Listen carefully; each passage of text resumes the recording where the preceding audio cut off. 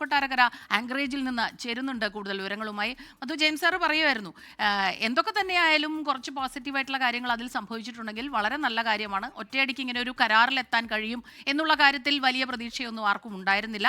പക്ഷേ ചില പോസിറ്റീവായിട്ടുള്ള കാര്യങ്ങൾ മുൻപ് നടന്ന ചർച്ചകളിൽ നിന്ന് വ്യത്യസ്തമായി. അത് ഫോണിൽ കൂടെയൊക്കെ സംസാരിക്കുമ്പോൾ നേതാക്കളും തമ്മിൽ പിന്നീട് ട്രംപ് ചില പരാമർശങ്ങളൊക്കെ നടത്തിയത് നമ്മൾ കണ്ടതാണ്. പക്ഷേ ഇത്തവണ അങ്ങനെ ഉണ്ടായില്ല. വളരെ സൗഹാർദ്ദമായി അത് ഈ നേതാക്കൾ തമ്മിൽ കണ്ടപ്പോൾ തന്നെ നമ്മൾ അയൽക്കാരാണ്, സുഖമായിരിക്കുന്നു എന്നുള്ള രീതിയിൽ സംസാരിച്ചാണ് ആ ചർച്ച തുടങ്ങുന്നത് തന്നെ. അത് അവസാനിച്ചപ്പോഴും അങ്ങനെ പരുഷമായ വാക്കുകളൊന്നുമില്ലാതെ ആ പത്രസമ്മേളനവും നടന്നു എന്നുള്ളതാണ് ഏറ്റവും പ്രധാനപ്പെട്ട ഒരു കാര്യം. ഇതിലൊരു കൃത്യമായ തീരുമാനം ഉണ്ടായില്ല എന്നുള്ളതാണ്, അല്ലേ മധു?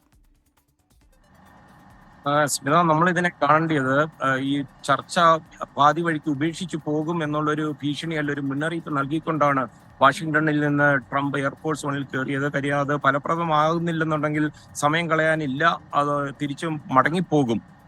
അതുമാത്രമല്ല, ഈ യുക്രൈൻ വിഷയം അമേരിക്ക എന്ന് പറയുന്ന രാജ്യം ഉപേക്ഷിക്കും എന്നുള്ള രീതിയിലാണ് ഡൊണാൾഡ് ട്രംപ് പറഞ്ഞത്. അതുകൊണ്ട് തന്നെ ഈ 3 മണിക്കൂർ ചർച്ചയിൽ പുടിനെ പിടിച്ചു നിർത്താൻ സാധിച്ചത് ഒരു പരോക്ഷമായ ഒരു വിജയമായിട്ട് തന്നെ കാണാം. കാര്യം തുടർ ചർച്ചകൾക്ക് അത് അനുവദിക്കുന്നു, രണ്ടു തലത്തിലുമുള്ള ഉദ്യോഗസ്ഥർ തമ്മിൽ അനുവദിക്കുന്നു. അത് മാത്രമല്ല, ഈ ഇത്രയും റഷ്യയുമായിട്ട് അമേരിക്ക കഴിഞ്ഞ വർഷങ്ങളിൽ അകന്നു പോയതിനു ശേഷം ഇന്നിവിടെ കണ്ടത് ശരിക്കും ഒരു ഉപരോധം നേരിടുന്ന ഒരു രാജ്യത്തിന്റെ ഭരണാധിപൻ അമേരിക്കൻ മണ്ണിൽ വരുമ്പോൾ രാജകീയമായ ഒരു സ്വീകരണം തന്നെയാണ് ഡൊണാൾഡ് ട്രംപ് നൽകിയത്. അതായത് എയർഫോഴ്സ് വണ്ണിൽ ട്രംപ് അരമണിക്കൂറോളം പുടിൻ വരാൻ വേണ്ടി കാത്തിരുന്നു.